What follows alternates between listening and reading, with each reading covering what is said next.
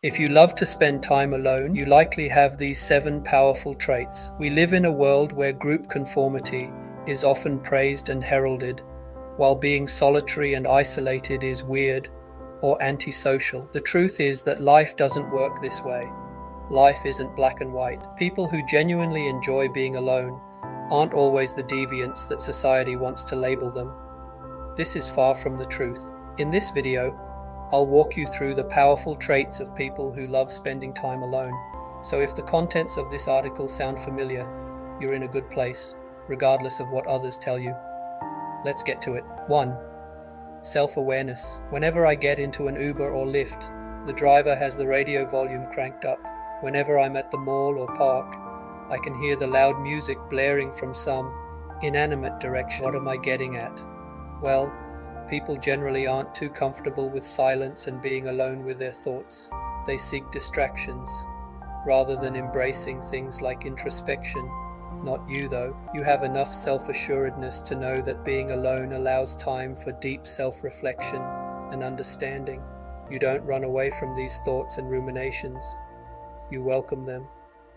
You face them head on, knowing that they can lead to a more profound understanding of self. So if you love alone time, chances are you are highly likely to be in tune with your emotions, your strengths, weaknesses, and so on. 2. Creativity. If you value time alone, there's a good chance you're a bit of a creative. There's a reason why the great artists, musicians, and writers of the 20th century would seek refuge in faraway retreats just to create. These creatives knew that being isolated from the hustle and bustle of civilization would help their respective artistic processes. They were aware that stillness and solitude would spark and inspire ideas. You see, without the distractions of the external world, your mind is free to wander, free to go off on tangents uninterrupted and uninhibited. This is the type of environment where creativity thrives, leading to innovative ideas and solutions. So if you tend to channel your inner Gauguin or Hemingway when you're alone, you're likely a highly creative soul. 3. Focused solitude isn't just for creative people. Being alone is a good idea for anyone seeking to complete any arduous task with precision and efficiency. If you value high-quality output, you likely value alone time too. I was in the spectacularly grand New York Public Library last year doing some work.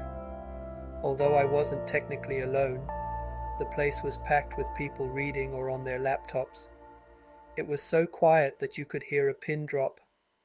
It's hardly a surprise that I was able to get far more work done during my time there at a high level than I usually would in a more conventional, hysteria-filled setting, like a cafe or even at home. It's basic logic. Without the distractions of the world, you can concentrate far more deeply on tasks, staying focused for longer, which means higher productivity and efficiency. 4. Independence. I know people who are almost genetically incapable of being alone. They need others around at all times, which unfortunately makes them somewhat needy and lacking in self-sufficiency. People who can enjoy their own company without relying on others for entertainment or validation tend to have a powerful independent streak in them. I'm a huge proponent of solo travel, not having to constantly compromise and coordinate with other people, moving at your own pace, and doing whatever you want to do in a foreign and exotic land. This for me is a highly alluring prospect. When I tell my friends or family about traveling alone, they think I'm strange. Many people feel the need to share their travel experiences with others. And if they cannot do that, then the tendency is to feel lonely. Not me though. I get exhilarated. I find the autonomy, the freedom, the mobility, the anonymity to be incredibly liberating and exciting. Ultimately, loving alone time often means you're efficient at looking after your own needs and finding fulfillment within yourself rather than seeking it from others. If the latter makes me an independent person, then so be it. 5. Empathy. We live in a world of constant stimuli, where fleeting thoughts can easily be drowned out by the limitless, frenzied diversions in our periphery. Being alone is therefore an opportunity to genuinely reflect on both yourself and others. Time alone can enhance your ability to understand and empathize with other people. You can truly analyze feelings and emotions without getting sidetracked. In a way, being alone for lengthy periods can be your own little meditation retreat. A retreat where you can engage in deep introspection. Introspection will not only provide you space to reflect on relationships, but it will also lead to personal growth and an understanding of your life's purpose and direction. All of the above promote empathy. 6.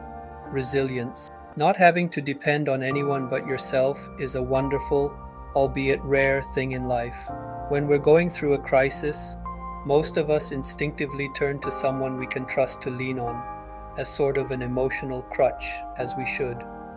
But still, life is unpredictable, and to be completely emotionally resilient without depending on anyone else is super badass. It's a veritable asset in life.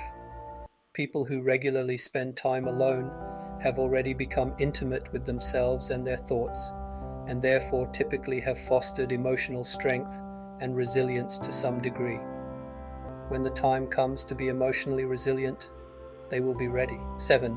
Calmness. When you seek and value solitude, this means you're aware of the unnecessary noise and distractions of the world and feel the need to break free from it. Many of us can get so caught up in the madness of life that we don't realize how negatively it can affect our moods, temperaments, and relationships.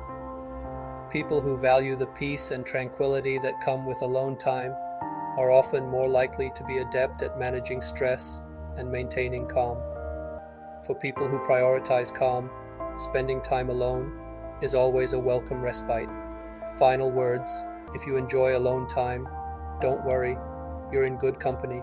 We live in a loud world, one where somehow acting independently is still sometimes discouraged. So if you're able to break the cycle and be comfortably alone, then I say more power to you. You're in the minority, in the best possible way. Never forget that.